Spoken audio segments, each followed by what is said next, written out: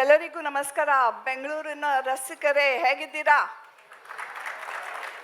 Aren't you very proud that this is India's only community-supported literature festival? Let's hear it for BLF. Thank you. ಬಹಳ ಹೆಮ್ಮೆದು ವಿಷಯ ಇದು. So I'll jump straight into it.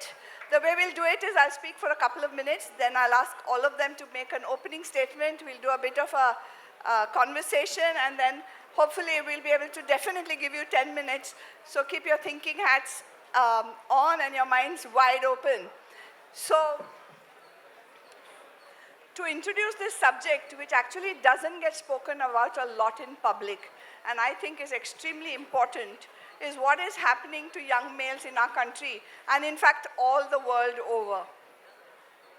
In my early work in my philanthropy and in Arghyam, in my water foundation, we were doing a lot of work with women because women and water are very closely linked. And while I was wandering around the countryside, I was also realizing that something is happening to the men alongside the women. And many questions started opening up for me. Are we looking at men for their own sake? Are we looking enough? I'll give you just a couple of examples.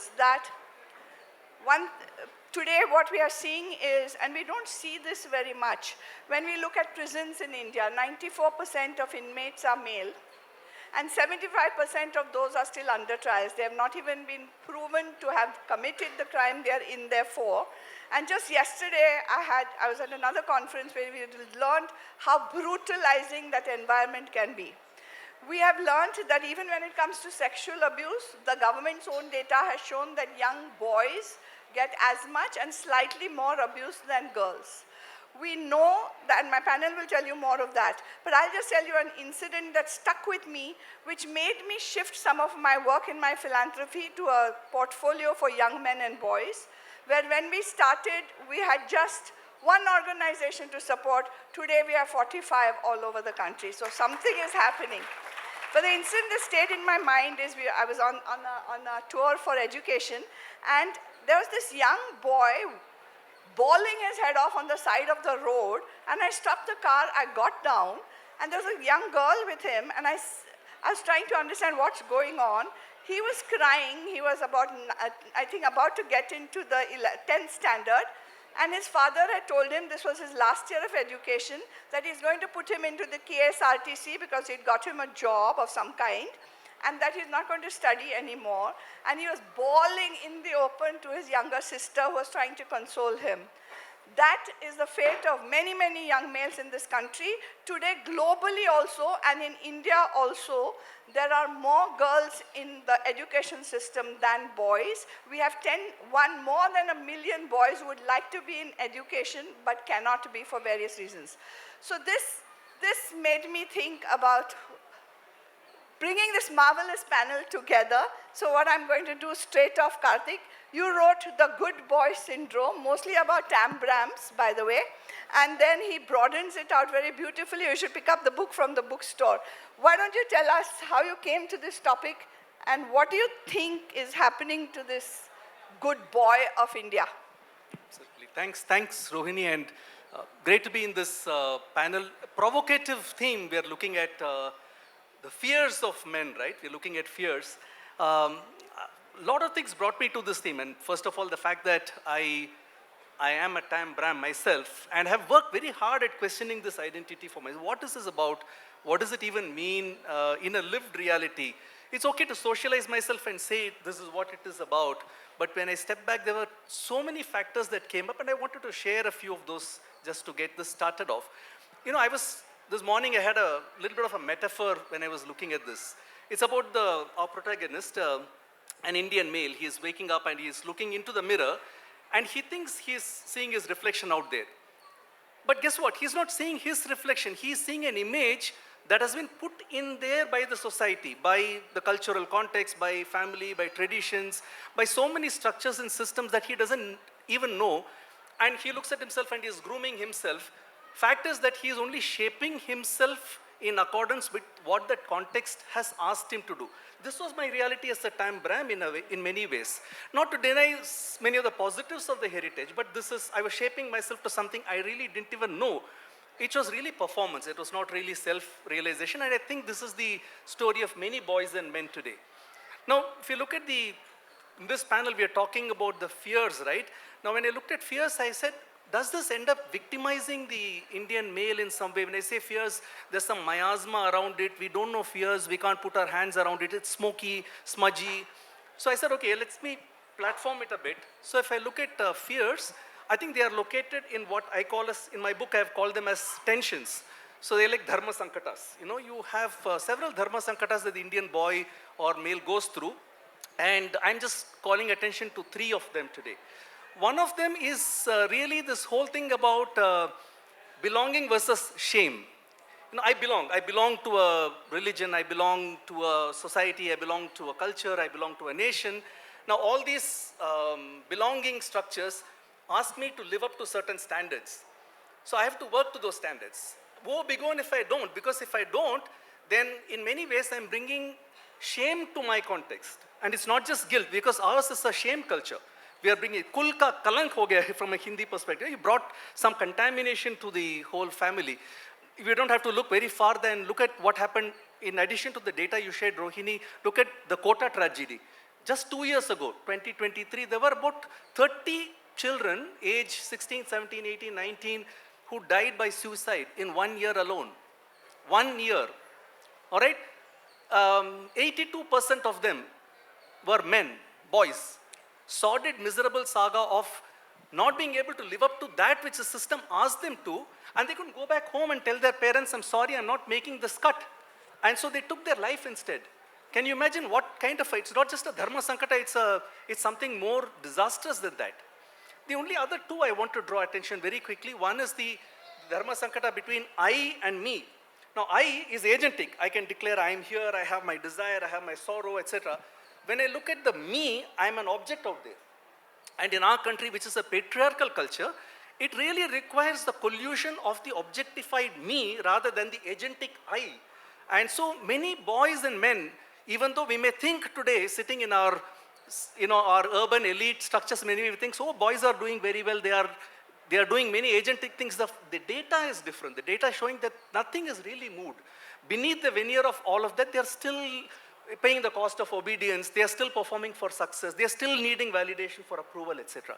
The last tension really is that of self versus family.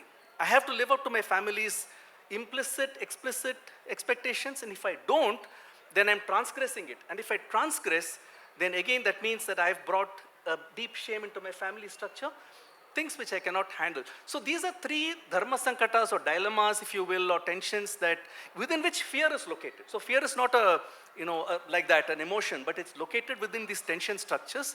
And I think maybe that's really what it is.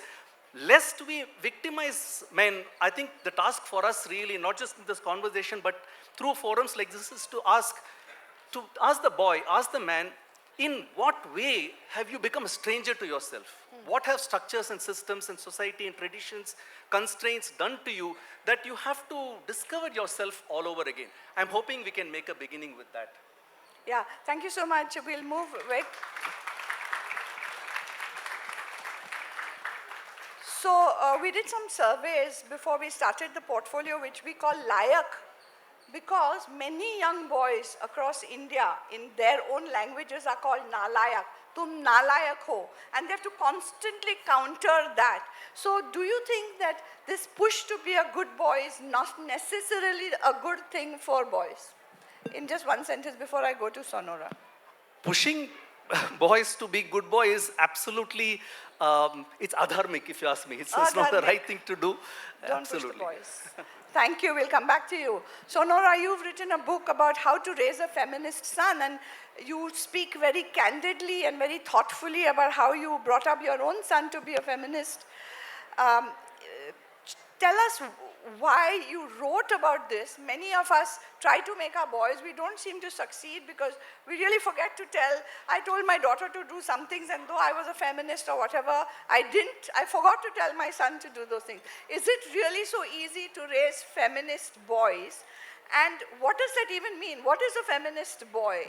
So can you shed some light on that, Sonora? Yeah, sure. It's a very nebulous concept, and it's very much reviled, and that many people have different opinions about the word feminism, right? To me, it's basically liberation for all, where we are fighting for the rights and fighting for equity for everyone who is disenfranchised, right? And so the disenfranchisement can also happen to the upper, caste, upper class person who feels a lack of agency, feels the burden of shame. And so it's all of, feminism is really, in a way, love language for me, even for boys, to say, sweetheart, come here, sit down. You don't have to feel these burdens. I want you to be able to feel and express the whole spectrum of human emotions and never be told boys don't cry. You have to grow up to, serve and protect and provide. You never need to apologize. You need to know everything. You need to know how to fix things, and you need to take care of other people, right? Like, you should also be able to fail. You should be able to fall down and be held. You should learn how to make space for women and people of other genders and be fighting for them. Be aware of the fact that you have a lot of privilege, and within that privilege there are different intersectional identities. Like, maybe a Dalit man doesn't have as much privilege as a Brahmin man, so we're not talking about male privilege in the same context, right? In order to get to this idea of fear, because our panel is named that, I want to quote Margaret Atwood, because it's a really interesting way to think of what does fear mean to different people, right? Margaret Atwood says, men are afraid that women will laugh at them. Women are afraid that men will kill them. So, so, so it's a really good guiding phrase or context from her, because welcome then. I'm welcoming men to a state that we have lived in for a long time, yeah? So take that fear and question it and have a conversation with your fear and ask yourself, where is it coming from? And welcome to the state of fear, right? Like, we as women and people of other genders and LGBTQ and Dalit people and other marginalized people have lived with this fear for all our lives, right? Even a newborn baby as a woman is afraid, we are fearful for that baby. Will the baby live? Will be allowed to live or not? So we've lived in this fear. So it's not to mock you and laugh at you and say, ha, ha, ha, don't be afraid. It's to say, welcome, because this is a state where the patriarchy has now, you realize that the patriarchy has also oppressed you. And I don't want your oppression. I don't want my oppression. And I want to fight for the liberation for all, right? So when my baby was born, and I wrote the book just because when my baby was born, I was afraid that my son would grow up to be like the men around me that had been violent and had been, my lived experience of that. And so I was like, oh my God, is this baby going to grow up into a man who will then turn violent toward me? So it was almost like a survival thing that I had to learn to lovingly show him how feminism is relevant to his life. I like the way that you expand that you turn man into human. So it includes a larger idea of what it is to be human. Tell me, before I go to Dilip, what was, if any, the downside of trying to make him a feminist for him? Because to present yourself as a feminist boy, growing up in the US, in your case mostly, what was the downside of it for many him? downsides. So when his name is Gibran. I changed his name. I wanted to protect his identity, so I changed his name in the book. In the book, I meant. In the book, yeah. His name is Gibran in the book. So the downsides, well, when the book came out, there was huge backlash in the US. The book's come out here as well. It's available. And, I wrote about a lot of Indian context as well. And when the book came out, there was all this stuff about, why would you do this to your boy? You should have given him up for adoption instead of raising him to be a feminist. I was like, what? What are you talking about? And a lot of hatred from across the world. A lot of white men were very angry. And a lot of men here were very angry as well. And not just men, right? Like, a lot of women will also, oh, you're doing him a disservice. Why would you do that to your child? He is perfectly fine. He is alive and well and doing really well. And he doesn't wear it like a big badge. He's not a performative male or anything. He's not performing feminism. But the downside of raising him in the US as a feminist boy, there's a chapter in the book where I write about what does it mean for a brown-skinned man and boy in the US among racism to then be fighting for women's rights, right? Whereas a white woman can still have more power than a black man, than a brown-skinned man. And so to understand that intersectional identity and know that he is also marginalized, I had to learn that. Who is he growing up? Because I grew up here, right? He is also very vulnerable in that context. So I had to be aware of that vulnerability for him in that context. Yes, thank you. Thank you for the book and thank you for raising a feminist boy. Before I ask Dilip to speak, how many of all of you have ordered something on Swiggy or whatever things that come to you within 3 seconds or whatever those apps are? How many of you have looked at a delivery boy and felt some empathy or compassion? Okay, thank you. That's our Bangalore. Dilip is spending a lot of time looking at the gig economy workers, especially most of whom are male, and he's going to set up the Center for Men and Boys, which we are very happy. It's about time in India. And he's got some fascinating insights into the male mind and the male psyche.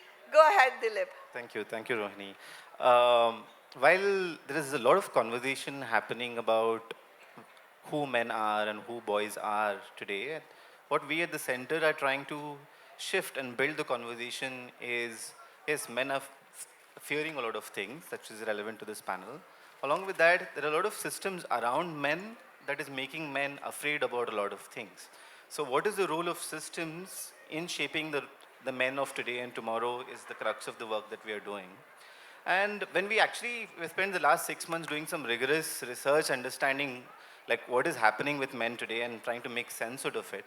And what we are realizing is these fears that we are talking about are not just random, but they are patterned and predictable based on the systems that are holding men in themselves, right? I can give 3 specific examples where we are kind of spending a lot of time. And the first one is definitely the work and gig economy in itself. Like historically, especially over the last probably like 50 years or so, work has been one of the most tangible, dominant masculinity scripts for men.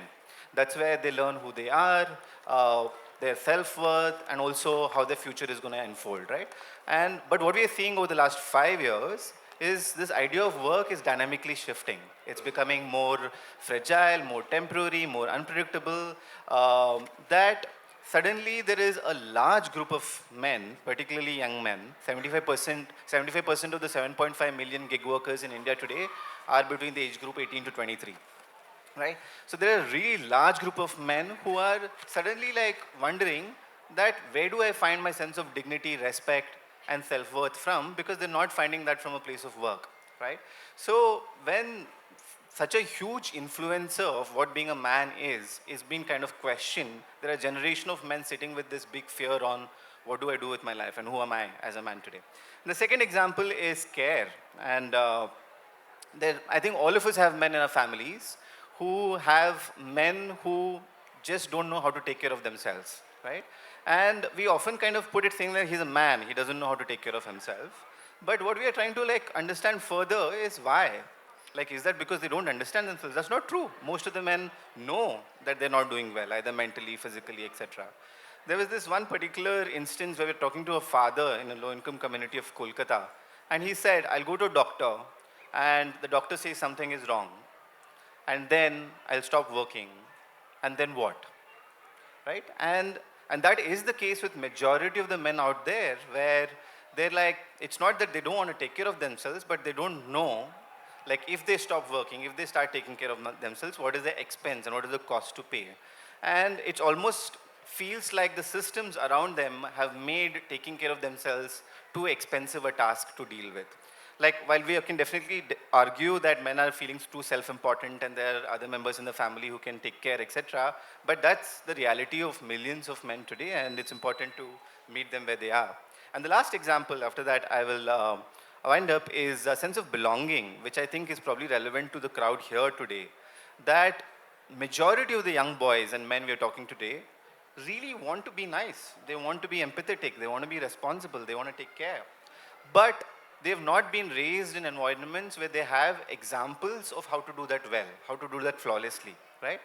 But they're too scared to be able to explore that. Like there's this one 21-year-old boy I was talking to, and he mentioned saying that, like, I want to be a good man, but one wrong message on a group chat and then I'm cancelled, right? Like there is this whole fear that if I make a mistake, then I don't know how else to repair it, right?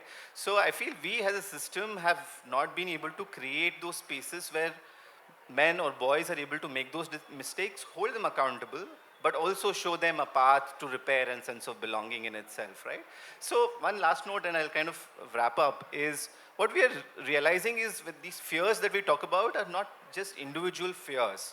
These are larger signals that are indicating what our systems kind of incentivizing and upholding what a man and a boy should be today. And this is kind of shown in like how boys show up in school, education, digital spaces, caste structures, a whole lot of these things, right? So I think when you talk about fears, it's really important for us to be able to not just talk about it from an individual point of view, but look at what we as a society have conditioned ourselves to be able to shape them today. I'll stop. Yeah, thank you, Dilip. In our surveys, very young girls said to us that they can't find freedoms. And the young boys said to us they feel too much responsibility. That was such a stark difference, because at the age of 13, you are told you're somehow going to be a breadwinner or family ka naam roshan karoge and stuff. So, but just now to throw something at all three of you, Scott Galloway, an American author, has been now openly speaking in the US. Suddenly they're all talking about what's happening to their young males, and especially, so as if one of the things that really allows men to make meaning of their lives is associated with their livelihoods, their careers, their jobs. And the future of work is so uncertain. That is really throwing a lot of fear into many people's minds. Galloway says we should own again the idea that a male can be a provider, a protector, and a procreator. Because what's happening also with the lack of ability to have sustained intimate relationships, and now we are talking about, are human beings even going to be able to procreate enough to sustain ourselves as a species in the future?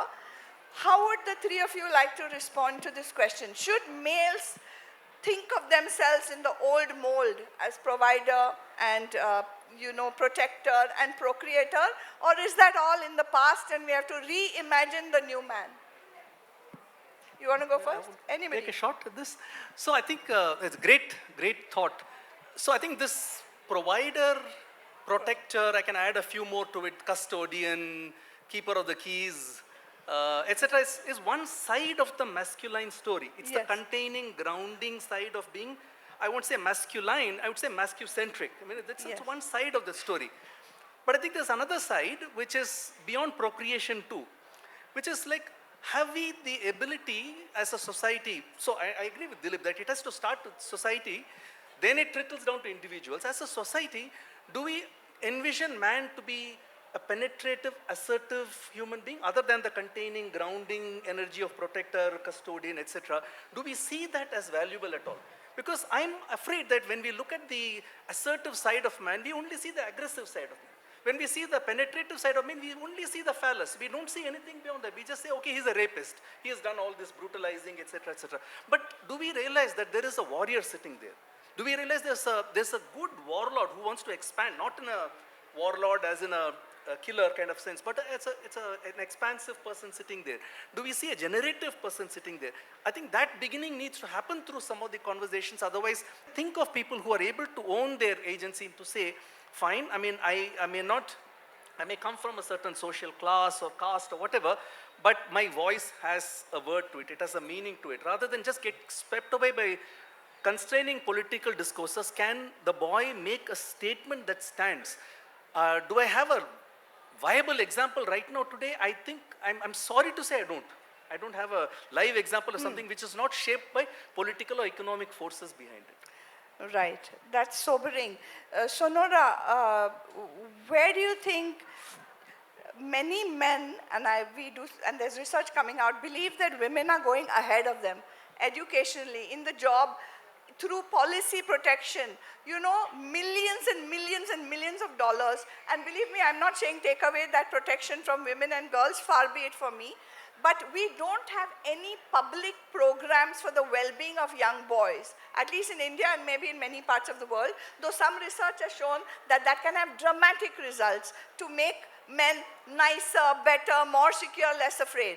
How do you think, what do you see about how women today are actually shaping the man of today? Yes, and I'm also trying not to roll my eyes. Can you tell I'm trying? This thing of men feeling disenfranchised, it's usually the men who have had a lot of privilege and were assured of a lot of privilege that are now finding like, oh my goodness, this, you know, they've never had to think of their privilege until, until the fear of losing it. So when they say that again, because they were clapping so much, that they are afraid of losing it. So they've not. So my book, The Laughter, is all about it. This is about a white man who has never had to think about privilege because he had it, right? You never think about something you always had. He's never had to. Men have not had to think of privilege unless now there's a fear of losing it. Correct. That's the only thing, right? So I'm not painting with a white brush. I know again I say intersectional identities all the time, but a lot of men who are talking now about I'm becoming irrelevant. No, you're not becoming irrelevant. You've suddenly been asked to share relevance. Okay? You've been asked to make space. You've been asked to share the stage, pass the mic, right? Passing the mic, letting women have voices.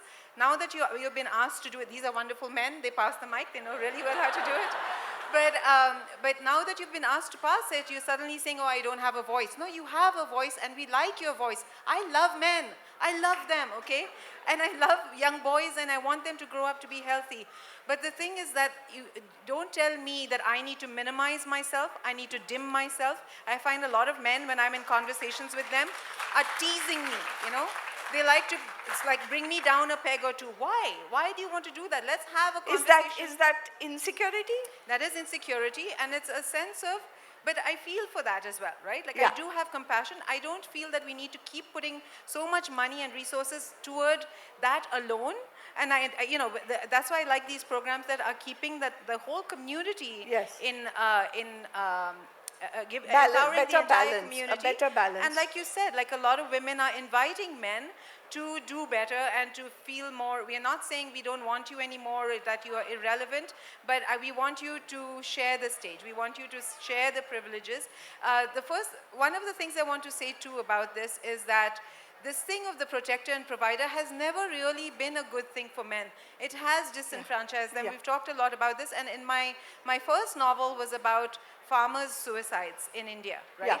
And in speaking to farming communities in Vidarbha, over and over again, they were saying, oh, he felt like he was less masculine because he was not able to protect and provide. And so there was these suicides, and we see it in all, why? And it's like, no, I can be your equal, I can work with you. There are other things. So we really have to question the superstructure, but what the superstructure is doing and what these right-wing governments and right-wing men are doing. In the US, they have these podcasts and they're saying, oh, you poor man, now you need to take this back. Women need to be traditional, etc. Send women back to the kitchens, make them have sex with you, etc. That's all victimizing this fear in men. And that's happening here as well. Actually, men, through all the surveys, men are becoming much less liberal in the last 30 years. And there's a huge impact on the politics of the globe because of that. And that's why we are opening up some of these questions. Let me quickly ask the audience with a show of hands. The women in the audience, how would you like men to be more gentle and kind? How many would like men to just be more gentle and kind? All right. Among the men, how many of you would like to find a pathway to be more gentle and kind to yourselves, to the other men, and to the women in your life? All right, there we have it. Dilip, would you like to talk about, you have talked to thousands of young men, some of whom at the age of 18 have also found some freedom from the gig economy. They've been able to get izzat and they've been able to actually bring money in. 40,000 rupees, they're dropping out of school saying, "Arey, mil raha hai paisa." talk about how what seems to be good for them now may actually be a long-term trap. You know, we don't have time. I think they've made the clock faster for our panel because we have only 10 minutes left, so talk very fast. Sure. I think I can build that to your first question around the Scott Galloway piece as well, Rohini. I feel while I truly am inspired by Scott Galloway's lot of things he says, I deeply resist this singular definition of provider, procreator, protector piece. I think it's a question of this and I think the same thing goes back to gig workers, that we want men to not just be providers, we want them to be providers and nurturers. We want them to be protectors and be okay with someone else protecting them. We want them to be procreators and find purpose without procreation, right? Like, I feel we kind of often reduce it to such singular notions of what it is to be a man or what it means to be a woman, that I think we need to move beyond and try to see and tell ourselves that we can do more than one thing at once. Like, we don't have to just say that there's a singular idea of making this happen. And I think the same goes back to gig workers, that they have this singular notion that I want to be a provider, so let me just drop out of school and become a gig worker and become a provider, right? Like the idea now is that, yes, that is important, that is urgent, you have to pay the bills. But along with that, you can also figure out how to take care of your, be there for your family or learn something new, grow. I feel, how do we really bring these notions of doing more than one thing at once without actually one or the other gender holding the burden of it, becomes like one of the important things as we move forward in the gender equality movement. Thank you. I'm going to open it up for 3 questions, because at the end, I want each of them to say one sentence summing up what they heard from you and from each other. So 3 questions, please. One from the front, one from the middle, and hopefully from the back. Whoever is closest to the mic. Go ahead. Hi. Like right now, the roles of the gender have become very fluid. So they're not, a lot of women are not expecting men to be providers. So the institutions that have confined women, they have confined men as well. So let's not talk about it in a gender perspective. How do we like talk about the institution as a whole? Patriarchy has confined both men and women. So how do we change our narrative that it's the institution that is doing it, not one gender against other? Thank you. I would just say we have to constantly make references. You know, people roll their eyes when you use the term patriarchy, but we have to keep using that term. And patriarchy, of course, as we know, that we are not just talking about men and patriarchs, we are talking about the whole system. Women are the foot soldiers of the patriarchy, right? We do a lot of work for them. We police each other as women, and we police men as well. So I think we just have to constantly make references that this is a force that is coming from the outside. It's not you. They try to make it about individuals, and we really need to make it about these oppressive cultures and oppressive systems. Yeah, go ahead. Quick response. One of the best ways for me to explain this is a game of musical chess. And I think over the last few decades, we have put in a lot of effort in an all-men musical chair to saying that we want equal number of people, equal genders, and all of that, right? But we are continuing to play the same game with the same rules, right? And that often puts this pressure on what is expected of whom and how and everything, right? So, and I keep going back to this again and again, that we should move beyond what men should do, women should do, like what you were saying, to say that what are the systems expecting from us and how do we really have those conversations differently. Let's take another question. Okay, go ahead. Do you think reservations or any of the interferences in the society when it comes to giving more place for women or men for that matter, it helps or does it hinder? Because whenever we get a privilege or whenever we get a chance with that kind of a reservation, there is a lot of prejudice that happens. So do you think it is helpful or does it hinder progress? I think a great question. To my mind, I think the very idea of reservation is born from a sense of wanting to, I think at one level you would like to believe that socially it's wanting to right a wrong that has been done. But I think that's just one way of looking at it. It has moved from that into actually being a political tool by itself. Reservation itself, affirmative action itself has become a kind of a political tool in many ways by those who wield the power. So I think looking at it in a very different way by saying it's not about making reservation or, I like the word interference that you used, right? It is not about that. Is it that at heart, do we really believe that there is space enough for us? Or do we come at this world from a spirit of generosity, or do we come at this world from a spirit of saying, I've got to protect what I've got and for my flock alone? I think that's perhaps where it lies. We'll take one. Yeah, whoever has the mic. Yeah. Yeah. So right now we have talked about just like, the responsibilities of man and woman like that. So given that this is the age of like, LGBTQ and all that stuff where the definition of gender itself is being redefined. So how does the responsibilities and the expectations of man and woman change? Good question. Who wants to take? Actually, all of you very quickly because it is quite central. Yeah.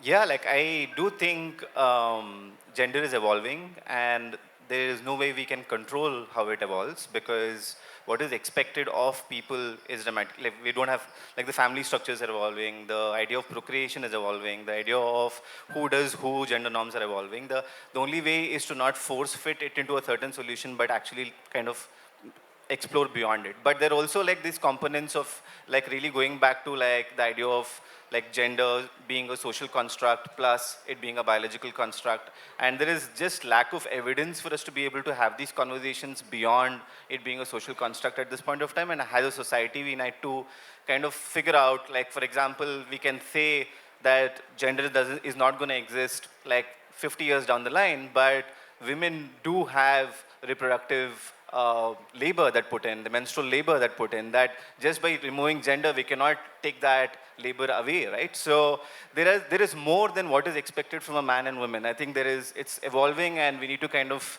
probably like tide with it and build evidence for us to be able to have these conversations on where it's going to go.